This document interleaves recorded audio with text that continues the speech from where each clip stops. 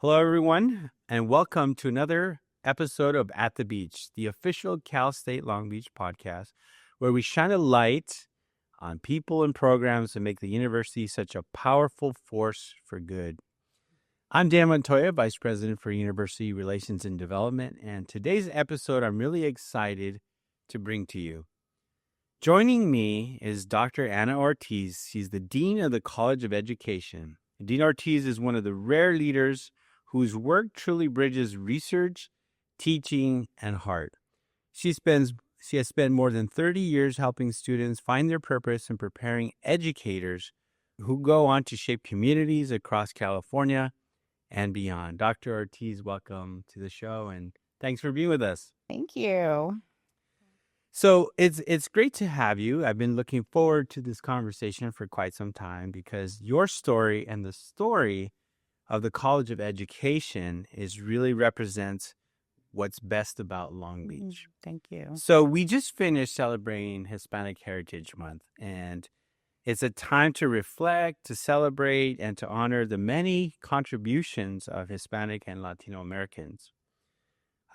What does this time mean to you personally, and how does it connect to the work you do as an educator and as a leader? Yeah, so I think Latinx Heritage Month is really a time for celebration. And in celebrating everything that's wonderful about all the Latinx, Latino cultures, and everything that comes under the umbrella of Latinx or Hispanic peoples. To me, it's a time of pride, and it's a time to take stock of all of our accomplishments and everything that makes up our beautiful cultures and our achievements. And I so much enjoy that we then get to share that pride and cultures and celebrations with people on campus. I think it's great that we get to do that at the start of the school year. What a way to welcome more than half of our students to campus to see their culture celebrated. So it really is a chance for our students to see immediately that we welcome them to campus and that we have activities that they can relate to or learn more about if they're learning more about their cultures, because we can't assume everyone comes to us that way. That's right. Yeah. To me, it's a very different type of experience, and I'm often jealous of our students, because they get to come to a school that's over half Latinx, and I don't know what it was like when you went to school, but when I went to school, I was like one of the only, so, my residence hall had like 2 Latino people in it. When I was in high school, I was the only Latina in my college prep classes. So I'm jealous that they get to have so many familiar faces and friends who reflect who they are. Yeah, I think that's a very interesting perspective because, I grew up in New Mexico, and it was really strong Hispanic culture. And then coming to, I joined the Navy and then landed up in San Diego, and even there was emerging too. And so I don't even think they were at the level that we're at, which is close to 50%, which is amazing. But, that also describes a lot of diversity within our campus in many different ways. But, I always look at the perspective as one group rises, we can all rise, right? Oh, definitely. That's the beauty of having that strength in that population. Yeah, for sure. So can you talk to us about how does the college education help prepare future teachers and counselors to serve California's diverse student population effectively? Because what you do educates, provides opportunities for a lot of the teachers at all levels here in California and the region. So talk to us about that. Yeah, well, we are one of the largest producers of teachers in California. We always vie for maybe Fresno and Northridge in terms of the CSU that prepares the most. We prepare the most high school teachers of any institution in the state. And I take that responsibility super seriously.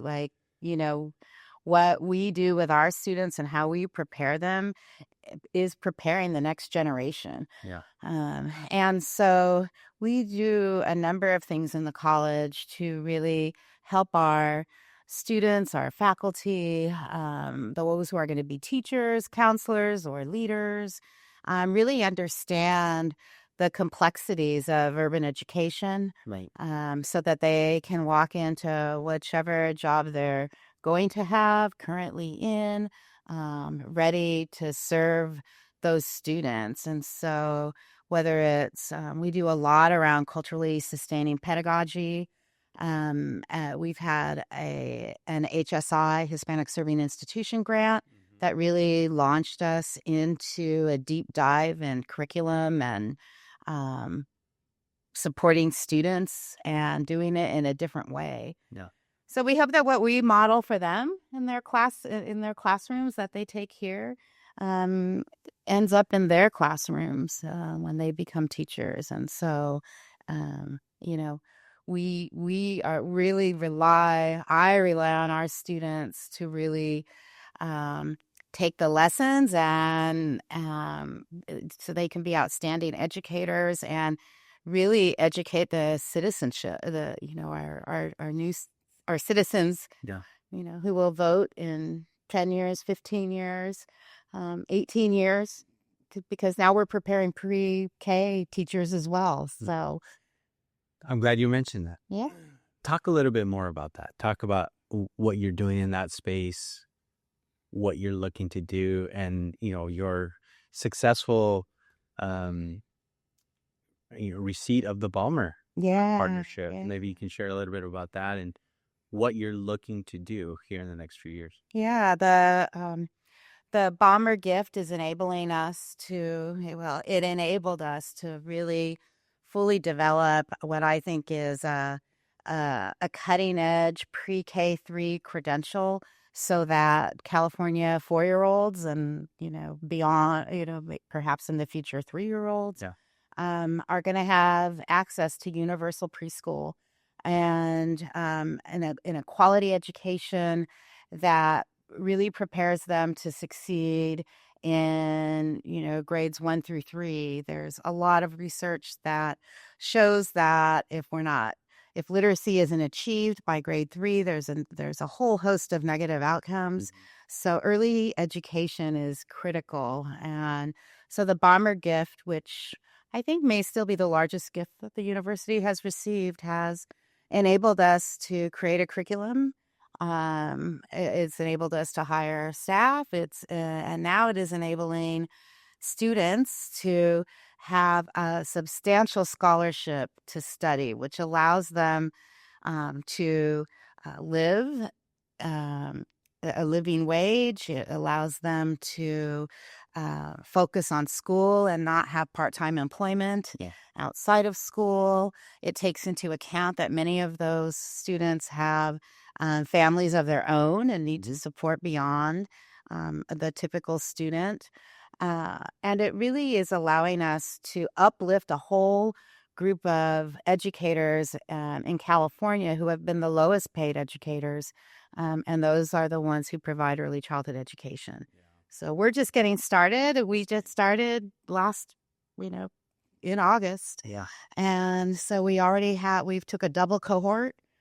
We weren't expecting to double the cohort, but we had way more applications than we expected. So we took 60 students this year. It's great. They're all on Ballmer scholarships of some size. Most of them are on full scholarships, which are about $16,000 a semester, which is huge. That's great. Yeah. And they're getting all kinds of support. They have a financial aid counselor dedicated to them. They have an advisor dedicated to them.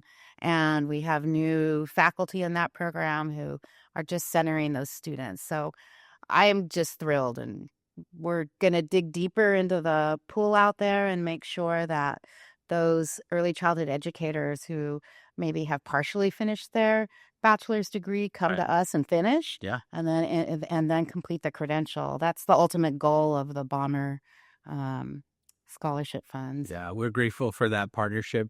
And if there's anybody out there listening who's interested in the program, definitely look into it, because it's a great opportunity to launch your career in teaching preschool. Yes. So Definitely. So you come across so many students throughout your career lifetime. Is there a particular story of a student that you can think of that you know really is memorable in your mind, that you can share about?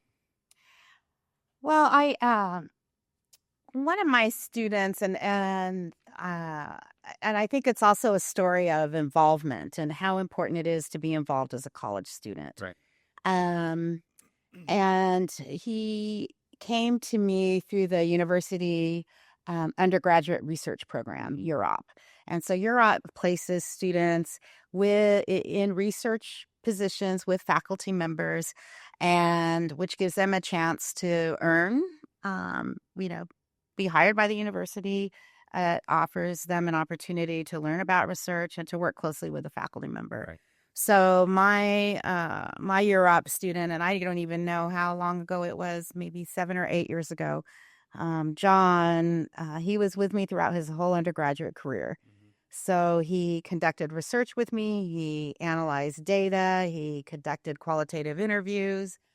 And then when I moved into other positions on campus, I was a co-chair for the President's Equity and Change Commission. Right. So he came with me there and really helped launch that group and supported the group, created the whole website and supported all the administrative work that needed to be done. Then when I became dean of the college, he came with me to the dean's office and continued to do some of that work. Now, by that time, he was in his master's program, which he did here. So he finished his undergrad, enrolled in an MBA program, and worked with me the whole time. Simultaneously, he was a vice president of ASI. Okay. And so he was instrumental in the proposal process for the renovation of the University Student Union, and worked with them and graduated in June. And now he's a full-time person with ASI. He's running pretty much that whole finance operation, food, organize the moves of the whole union. And now he's talking about doing a doctorate. That's awesome. With us. Great. And so, I don't know how many years in the future he's going to do that. But he wants to do it here at the beach. And by that time, I'll probably be coming out of retirement to be on his dissertation committee. That's great. But that's what you do, Yeah. and you watch these students, and I know that is one of many that you've influenced in so many ways. And so I want to switch gears to the Seal of Excelencia. I mean, you were instrumental in helping this university achieve it on the first try. Yeah. Because I think there's maybe 40 universities across the nation. Is that right? Maybe we're getting close to 50 now. Okay, 50. But at the time, I think you were we were in the 30s. 30s. Yeah. And so you were able to achieve it. Talk to us about that, and talk to us why it's important. Yeah. Well, I was so pleased when President Connolly asked me to lead that effort, because Latino people are humble people. Yeah. And we've always known we're strong here on campus. We've always done a lot. We have excellent programs. We have excellent staff, excellent faculty, and amazing students.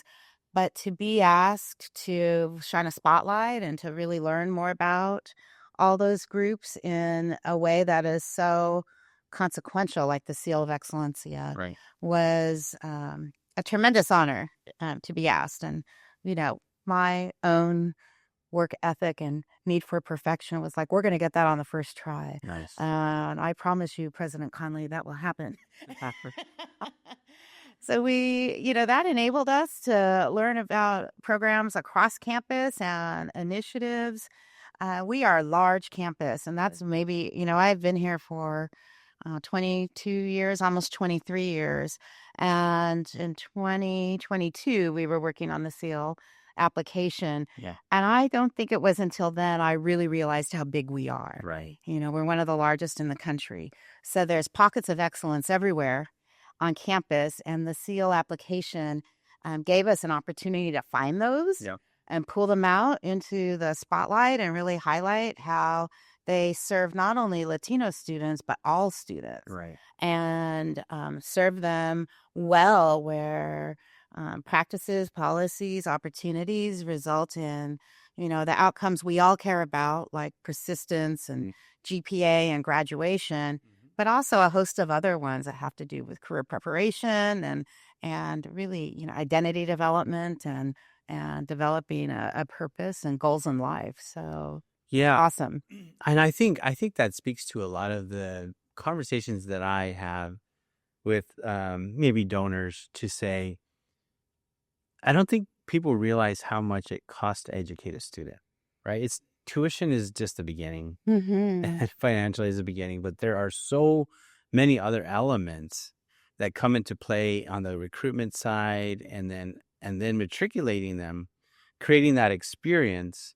And, as we know, 80% of the learning happens outside of the classroom. So creating all those experiential learning along the way. And I think, the Seal of Excellencia demonstrates that we have risen to the occasion and been able to do that and continually uh, evolve to meet the moment, right? And so I think that is that was an excellent example of how. But also, you also achieved the what is it? You were spotlighted recently as the CSULB's Andale Latino Research Training Program as a national finalist in Excelencia's Examples of Excellence Award. So tell us a little bit more about that Yeah. and how did that come about? So we weren't just a finalist, we won. Right. We were the chosen program for the nation for bachelor's level programs. And Andale is a program in the College of Health and Human Services in the Center for Latino Health Research and Evaluation. Right.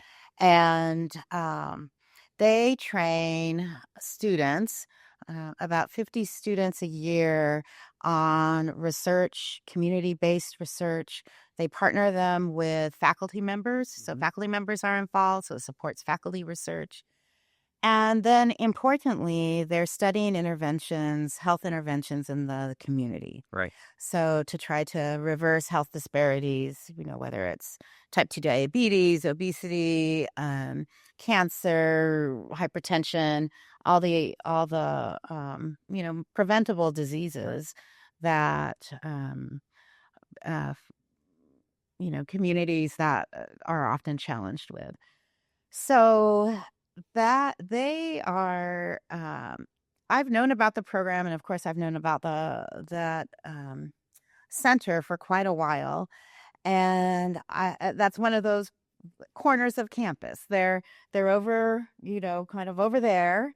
They have their office, and it's not really in the basement, but it's on, kind of tucked in a corner. Yeah.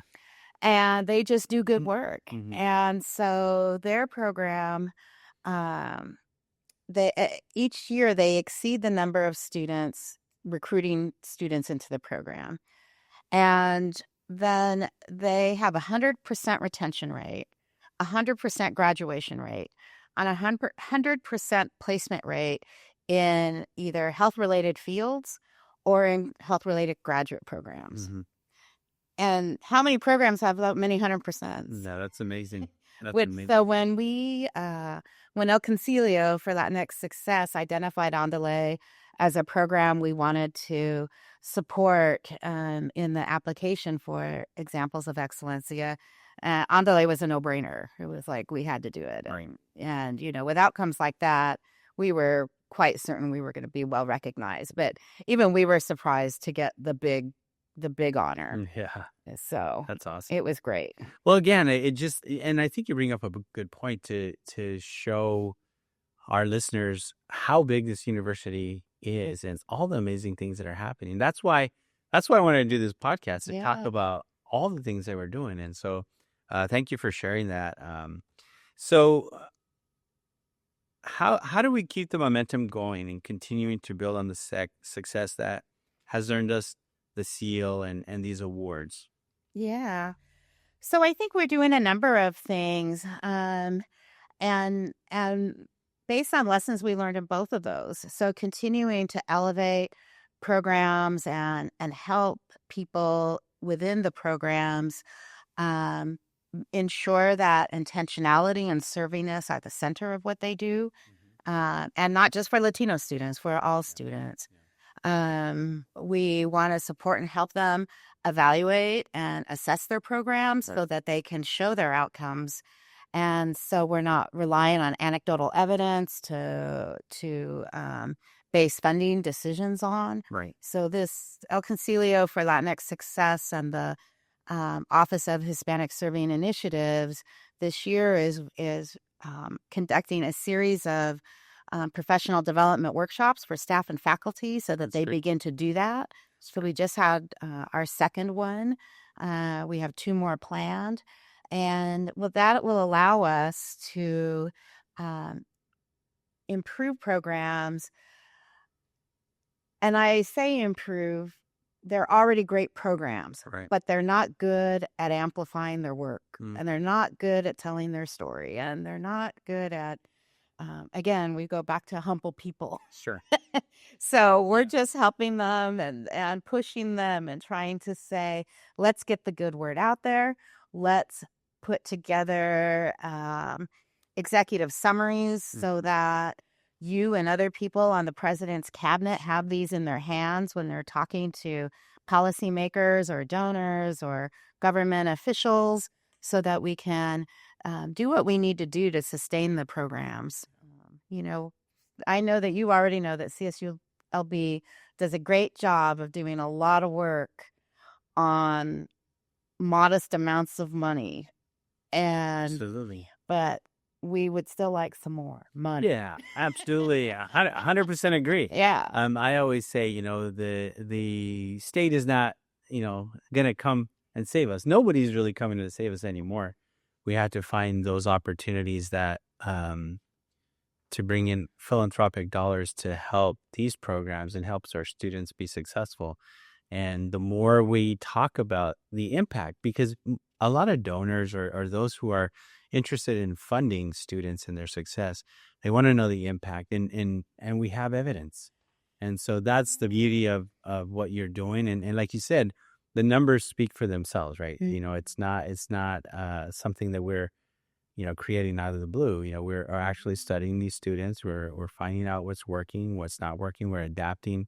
And there are things that we need to continue to add to their daily curriculum and lives to enhance that and make it better. So, Yeah. and that's what I appreciate about what you do as a dean. I mean, being a dean is not an easy job, right? You have so many departments and faculty under you, and you have to stay relevant and current on what you do. So, I want to switch channels here to your leadership. So you've had such an incredible career, from earning your doctorate at UCLA to teaching at Michigan State and leading one of the most respected colleges in our system. What drew you to higher education? Yeah. So, my story is a lot like the story of our students. Right. So, immediately I think of my dad. He was a wonderful man who accomplished a great deal. He grew up very poor. He was an immigrant. But he ended up excelling in school and sports. And so that connected him with the college going families. Like those were his friends Right. in school. And then he played ball with them.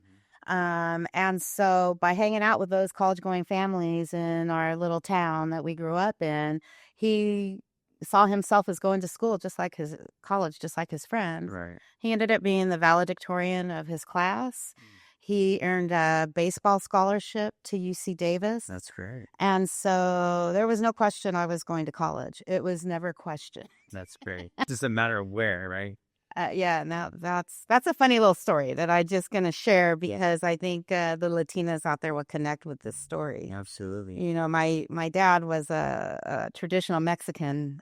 We eventually got him away from that to lead a more enlightened view on the world. But, he didn't want his oldest daughter going away to school. And so I could only apply to UC Davis. It was about 15 miles from our house. And I got in and that was all good. That was what I was supposed to do. But I thought, I'm not living in Vacaville anymore. I need to move. I'm living on campus. Right. My parents had grown up in Vacaville. I had some of the same teachers they had in high school. Like, Oh, really? I needed a change. Wow. Get out of there. I needed to get out. So my mom, behind my dad's back, wrote a check to the house for my housing application. And so I got into housing, and he wasn't very happy. And, he's like, well, you're going to have to pay for that. And I'm like, I will pay for it.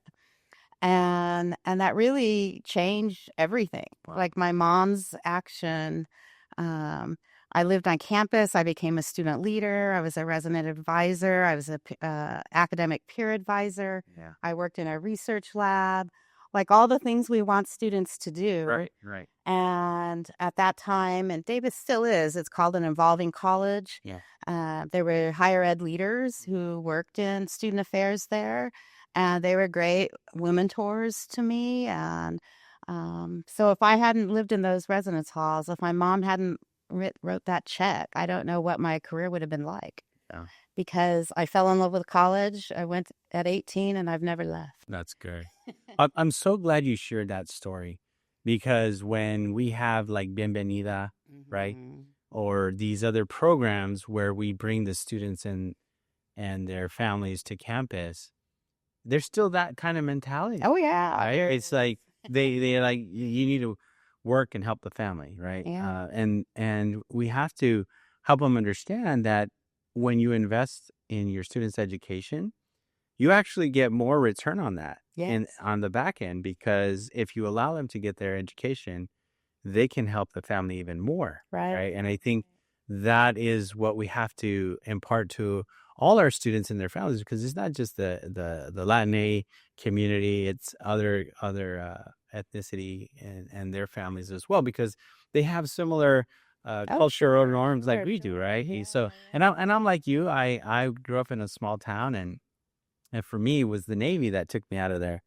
And I left at 18 and never went back. And I was able to educate myself and, have an education of the world and learn cultures and all that. But you're absolutely right. And so I'm so glad that your mom took that chance and did what she had to do. Otherwise, you would never be sitting here. Who knows where you would. No, my whole career has been higher ed. I studied college students. I have studied college students. I worked in student affairs before I was a professor, and so that's great. Yeah. So now that you've been the dean for a while, what leadership lessons have you learned in that process, and what are some of the things that you take from your experiences and continue to develop in your leadership style? Well, I think I've always been I'm a starter. So I like to start things. I like to build things. Okay. So I was one of the people who built the EDD program. So that was our first doctoral program here. Yeah. I was one of the first co-chairs of the President's Equity and Change Commission. I created El Concilio, with Eduardo for Latinx Success. And so I love to start things. I've done that in my professional associations. So to come into a college as a dean has taught me a lot of things about leadership that I didn't necessarily know. I didn't need to start a college. Right. The college was already there. That's right. But the way my mind works and the way my work ethic is and the way I think is all about possibilities. Yeah. So I can't look at problems and not do something about them. I can't look at structures and not do something about them. I'm always thinking about how can I make things work better for students. Yeah. And how do we center students in all of our work? Right. And so that has been a leadership lesson that I have loved sharing with my college. Now, we're the College of Education. We should always be student-centered. Right. But it's different thinking about faculty being student-centered to to everything being student-centered. Like, how are we using our space? Is it in the best interest of students? Are we creating welcoming spaces for students? Right. Do our programs and our staff support students? So all of the student-centeredness is really a cornerstone of my leadership style. And then I think the other thing is that I don't think people think a lot about as a leadership trait or quality or skill to aspire to is vulnerability. Because it's connected to so many things. It's connected to being able to publicly admit mistakes. Yeah. And then work to improve. So for me to be in a continuous learning process, Right. it means that I can take chances, I can take risks, Right. and be able to be okay with making those mistakes. It's hard to take risk and be mistake free. Yeah. 100% agree. 100% agree. And we don't move forward unless we take risks. Yeah, I mean, and that's another thing that students should learn, right? Failure is part of the process. Yeah, because as you go through your journey, I know for me, I failed more times than I succeeded, but it's because of my failures that I succeeded. Yeah. And so that's a good lesson to impart to our students. So with that, what advice do you have for students coming through the process now, coming to the university as a freshman from a similar background like you, or a transfer student trying to navigate themselves, or particularly for College of Ed, right? What advice do you have for them to navigate their journey and to make the most of it? Yeah. So, I mean, I think about my own story and I think about John's story, Right.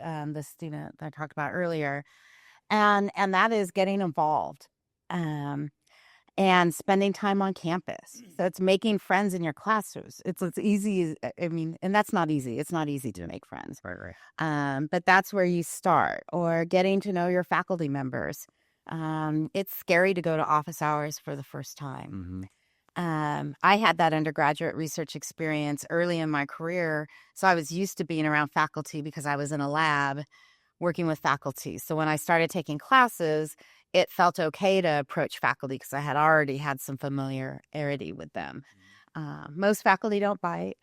And so, and they're really thrilled, I think, mostly to help students. Yeah. That's why they're here. Right. Because there are other places they could be.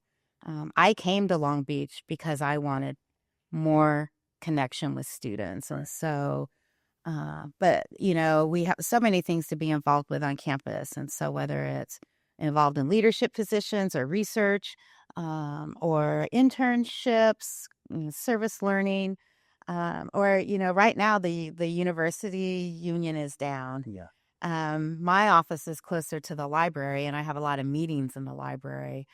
And I love going in there now. It is packed jam filled with students. That's right. And they are talking with each other. It's not quiet at all.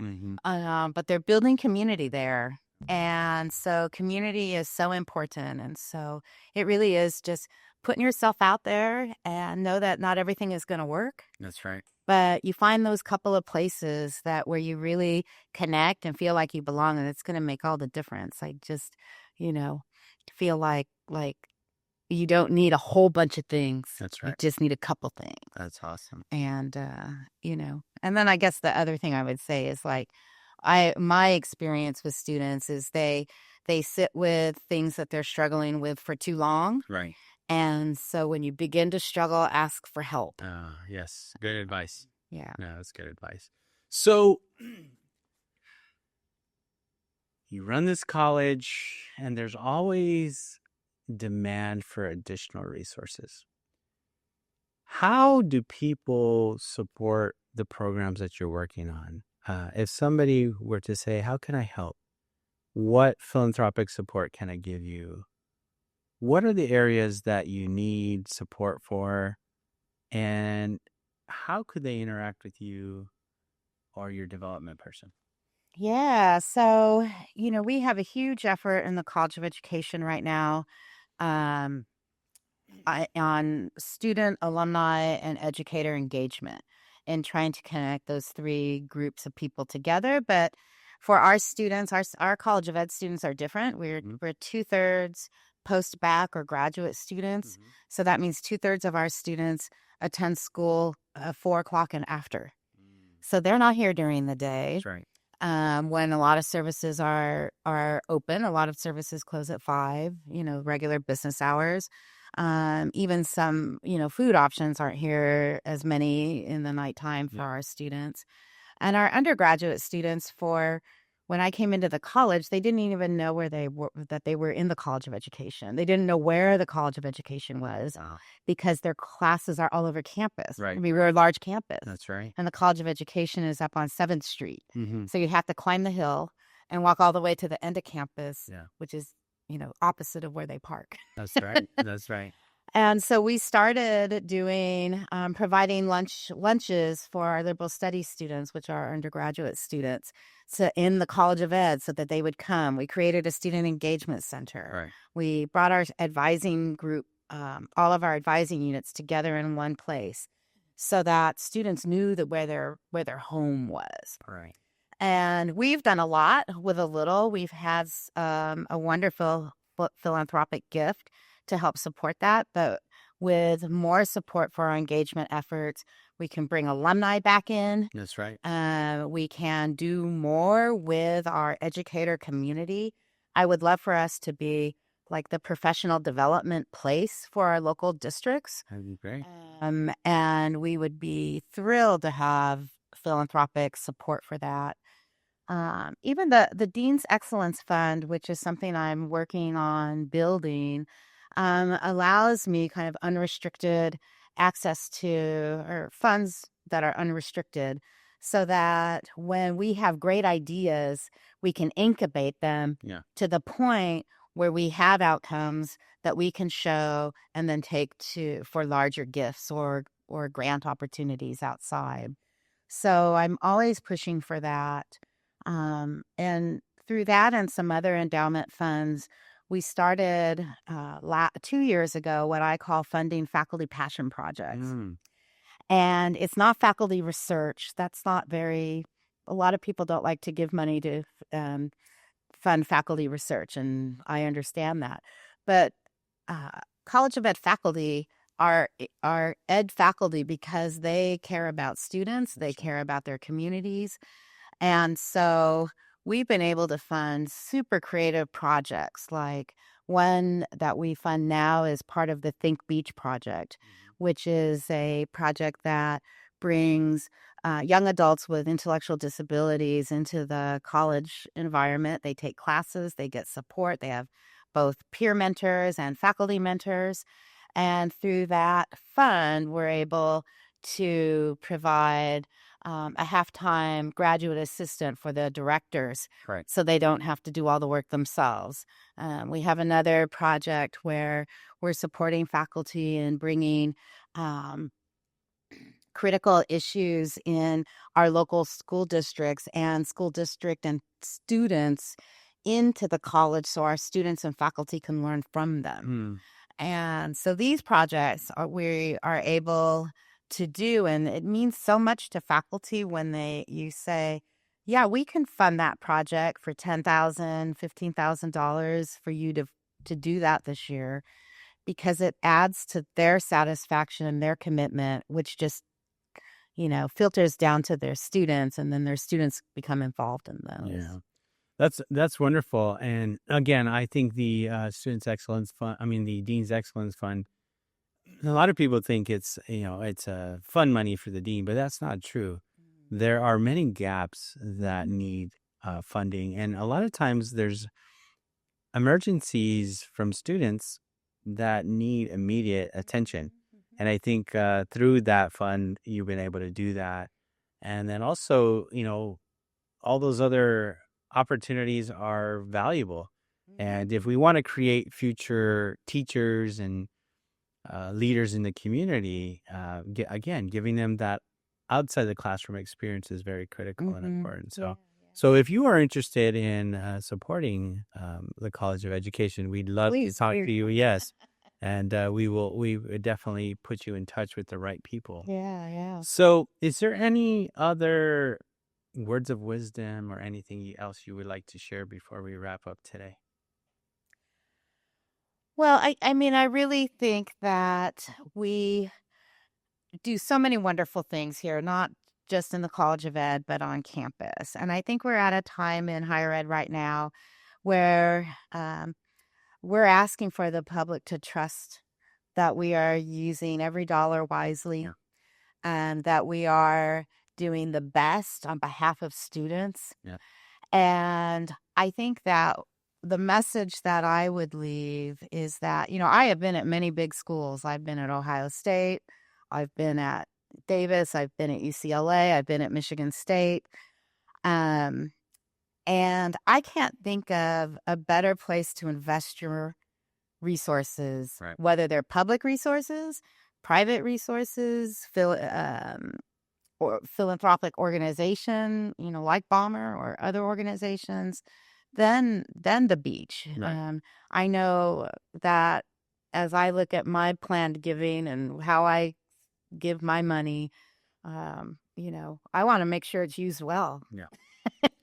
And Well, we can I can guarantee that in the College of Ed. yeah. No, and you're absolutely right in that sense where your money goes a long way here at the It beach. does. It And does. it impacts many students, many more than some of these larger institutions, because our cost is a lot more moderate than some of these other folks. But the impact of the students and watching them walk across the stage and be successful, and many of them are first generation students, and who will change the trajectory for their families, which is phenomenal. Huge. It's huge. It affects their siblings. It can affect their parents. Just one more little short story. Yeah, sure. One of my favorite students, his name is Chris. He's now a counselor. I think he's a department chair at his community college. Okay. So he chairs the counseling department.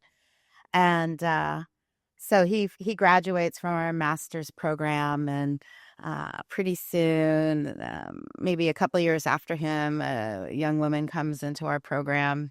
They end up getting married. So there's a double alum family right there. Yeah. A couple of years after that, his younger sister comes into the master's program. She graduates from the master's program. She's a community college counselor now. Then his mother retires from her career with a telecommunications company, comes back and finishes her degree here. Wow. I work with her. We get her. She goes to Berkeley. She went from the community college to Berkeley. Wow. And I hooked her up with the vice president of student affairs there, who I went to school with. He helped her get established. She came back here and completed her master's degree. Wow. So we have one family that has 4 master's degrees, and Maria, the wife of Chris, is now finishing her doctorate with us. So that's a whole family. Yeah. Of Garcias who have just done amazing work here. That's awesome. What a great story. I love that. Yeah, I love that.